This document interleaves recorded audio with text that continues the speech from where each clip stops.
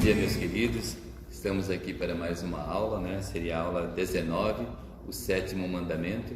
Mas antes vamos pedir a Deus que nos conceda sabedoria e entendimento através do seu Santo Espírito. Amém? Vamos lá então, aula 19. O sétimo mandamento de Deus para os seus filhos foi: não furtarás. Martinho Lutero explica no Catecismo Menor. Devemos temer, amar a Deus e, portanto, não tirar do nosso próximo o dinheiro, os bens, nem nos apoderar deles por meio de mercadorias falsificadas ou negócios fraudulentos, mas devemos ajudar a melhorar e conservar os bens e o seu meio de vida. Para haver paz e ordem, as pessoas devem resistir à tentação diabólica de roubar, de adquirir algo por meio de fraude, do engano e da violência. Esse mandamento nos desafia a não invadirmos a vida do nosso próximo, apropriando-nos de qualquer coisa que lhe pertença. Para não sermos tentados a furtar o que é dos outros, a Bíblia nos ensina dois princípios muito importantes. Devemos tirar o nosso sustento a partir do nosso próprio trabalho. Isso encontramos em Gênesis capítulo 3, versículo 19. Devemos ser gratos pelo que temos. 1 Timóteo capítulo 6, versículo 8. Quem se apropria do que não é seu, se sujeita a romper um relacionamento de confiança com as outras pessoas. Além disto, se expõe à maldição, à punição do Código Penal, além da culpa gerada em sua consciência pelo Espírito de Deus. Esse mandamento é bastante amplo, indo desde a cola feita na sala de aula até toda espécie de exploração entre pessoas ou empresas. Todo furto ou roubo tem duas raízes básicas. A inveja, causada pelo desejo de querer sempre mais. A falta de confiança na provisão de Deus, no seu cuidado para com os seus filhos. Deus nos exorta a sermos gratos por tudo que temos e somos. Ao invés de nos apropriarmos do que não é nosso, somos chamados a servir ao nosso próximo com os bens que Deus nos permitiu ter e administrar. Deus é o Criador de todas as coisas e por isso é o dono de tudo. Assim ensina o Salmo capítulo 24, versículo 1. Ao Senhor pertence a terra e tudo o que nela contém, o mundo e o que nela habitam. Deus encarregou o ser humano de guardar e cuidar do mundo. E é vontade de Deus que cada pessoa tenha o necessário para viver. Na verdade, não existe a posse definitiva dos bens, pois todos pertencem a Deus. Deus deu ao ser humano, para fins de organização, direito a todos adquirir bens e viver. Por isso, para que alguém tenha alguma coisa, é necessário que tenha adquirido por pagamento, trabalho ou por ter recebido a mesma de presente. Assim, todas as pessoas são responsáveis perante Deus pela maneira como adquirem seus bens. Todo lucro injusto, a exploração ao próximo, os bens não adquiridos por trabalho honesto são fraude.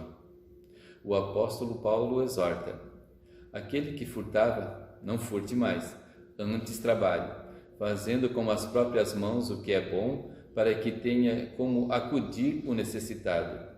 Efésios capítulo 4, versículo 28. Por isso, o sétimo mandamento, além de proibir a desonestidade, o roubo e a apropriação de bens por meios ilegais, também nos exorta no auxílio ao necessitado. Nesse mandamento, entra também a discussão sobre o salário justo, pois todo trabalhador merece um salário justo, para viver dignamente com a sua família. O profeta Jeremias acusa: ai daquele que edifica sua casa com injustiça e os seus aposentos sem direito, que se vale do serviço do próximo sem pagar e não lhe dá o salário. Jeremias capítulo 22, versículo 13. Quem trabalha deve receber, e quem recebe deve trabalhar, para que haja justiça. Onde homens empenham-se para enganar-se mutuamente, ali o sétimo mandamento é quebrado. Diz um provérbio popular: é mau negócio aquele em que um ri e o outro chora. Faz parte do roubo a falsificação de pesos e medidas. Faz parte do roubo também o apropriar-se de bens públicos por se ocupar um cargo de chefia ou ser político.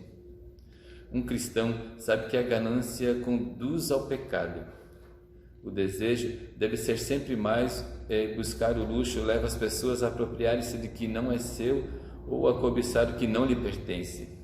O essencial para o ser humano, em primeiro lugar, é amar a Deus e confiar nele, em todas as necessidades. Jesus ensinou: não andeis, pois, a indagar o que haveis de comer ou beber, e não vos entregueis às inquietações, pois os gentios, que são os descrentes em Deus, de todo o mundo é que procuram essas coisas. Mas o vosso Pai, que sabe de que necessitais. Buscais, pois, antes de tudo, o seu reino, e essas coisas vos serão acrescentadas. Lucas, capítulo 12, versículos 29 ao 31. A ambição e a ganância sufocam a palavra de Deus. O homem, motivado por elas, age em prejuízo do próximo e empenha-se egoisticamente para si. Muitas pessoas querem ficar ricas. Elas querem ter bastante dinheiro para poder comprar muitas coisas. Querem tudo aquilo que as outras pessoas têm e por isso ficam com inveja e passam a cobiçar o que é do outro. Surge então a inimizade e a briga.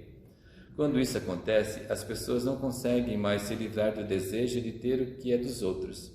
Se tornam escravos do diabo e a sua vida envereda pelo pecado.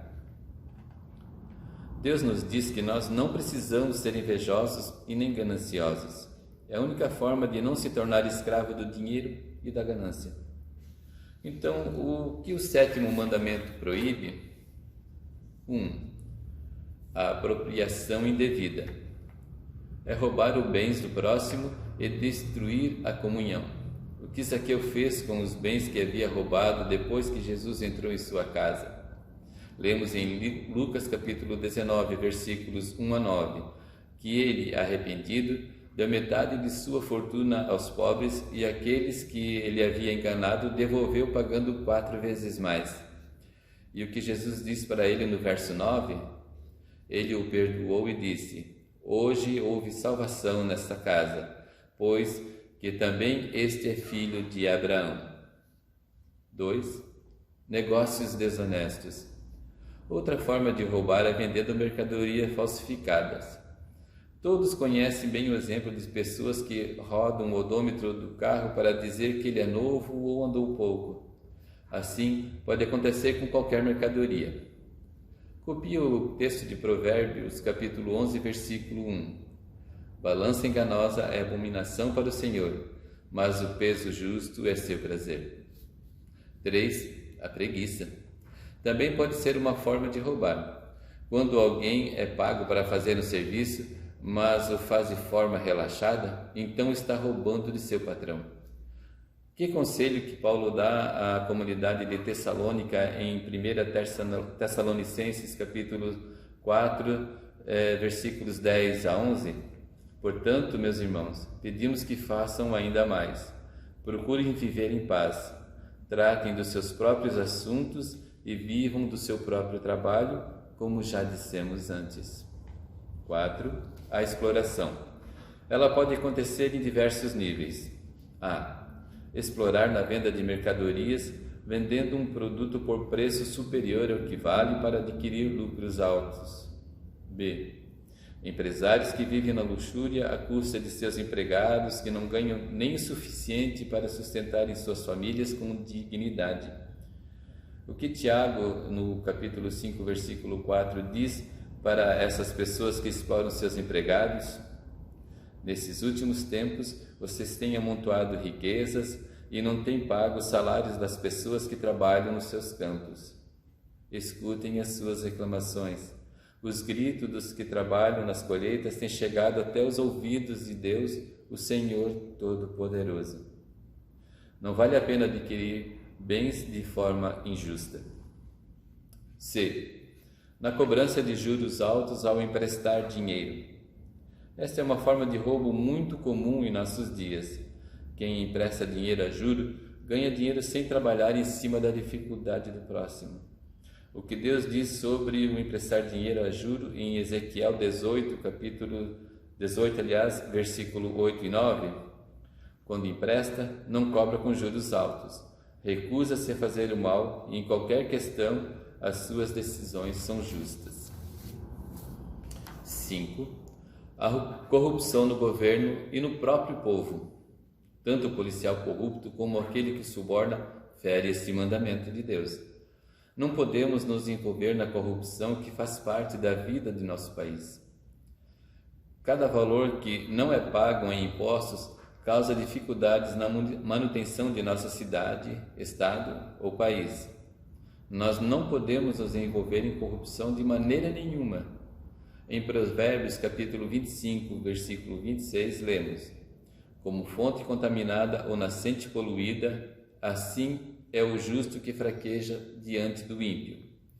Por isso, não podemos ceder às tentativas de se envolver em negócios ilícitos ou na corrupção em nosso país.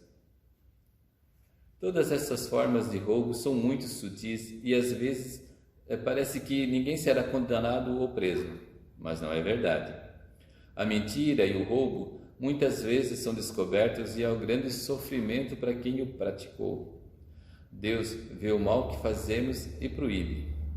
Devemos buscar forças em Deus. Em Jeremias capítulo 17, versículo 9, lemos: o coração é mais enganoso que qualquer outra coisa, e a sua doença é incurável. Quem será capaz de compreendê-lo? Eu sou o Senhor, que sonda o coração e examina a mente a cada um de acordo com a sua conduta, de acordo com as suas obras. O diabo nos garante: ninguém vai descobrir, mas lembre-se, ele é o pai da mentira. Isso encontramos no livro de João, capítulo 8, versículo 44. Diz um ditado antigo: o diabo fez a panela, mas não a tampa.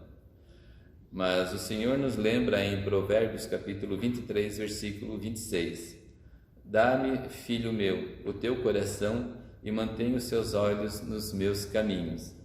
Com isso nós terminamos a nossa aula. Vamos agora recapitular através dos nossos exercícios. Primeira, escreva o 7º mandamento. Segundo, o que nos ensina esse mandamento? Como devemos viver em nossa sociedade no que diz respeito ao trabalho e à honestidade? Terceiro, quais são os princípios que a Bíblia nos ensina quanto ao viver honestamente? Quarta pergunta, o furto ou roubo tem 2 raízes básicas. Quais são? A quinta pergunta, por que devemos lutar contra a ganância? Sexta pergunta, de que maneira podemos desobedecer este mandamento? A 7ª pergunta, podemos arriscar nossa vida praticando o furto? São essas as questões. Consulte seu livro de estudos e, se precisar, estamos à disposição. Tenham um bom dia e que Deus os abençoe.